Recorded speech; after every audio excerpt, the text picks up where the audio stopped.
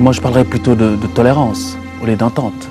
Oui, mais la tolérance, elle est générée justement par l'idée qu'au fond, il y a quelque chose en moi que je pourrais trouver chez l'autre. Ça veut dire que s'il n'y a rien qui me rattache à l'autre, aucune tolérance ne pourrait déboucher sur l'entente. Ça veut dire qu'au fond, oui, c'est une forme de tolérance, mais qui repose sur l'idée qu'il y a un dénominateur commun qui me lie à l'autre, et c'est par ce dénominateur commun-là que malgré nos divergences intellectuelles, malgré nos vécus quotidiens différents, nous pouvions nous entendre sur quelque chose. Parce qu'au fond, il y a cette raison qui fait que quand quelque chose relève du bon sens, je crois que nous pouvons tous l'accepter fondamentalement.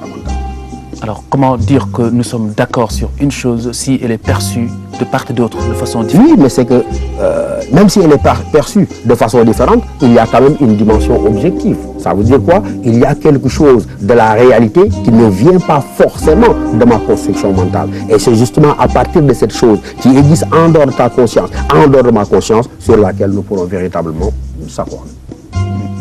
C'est sur ça que je le fonde. Il y a une part d'illusoire. Il y a une part d'illusoire, mais une part de réel. Maintenant, éviter qu'il y ait enchevêtrement au point de faire confusion entre ce qui relève du réel, du virtuel et de l'illusoire.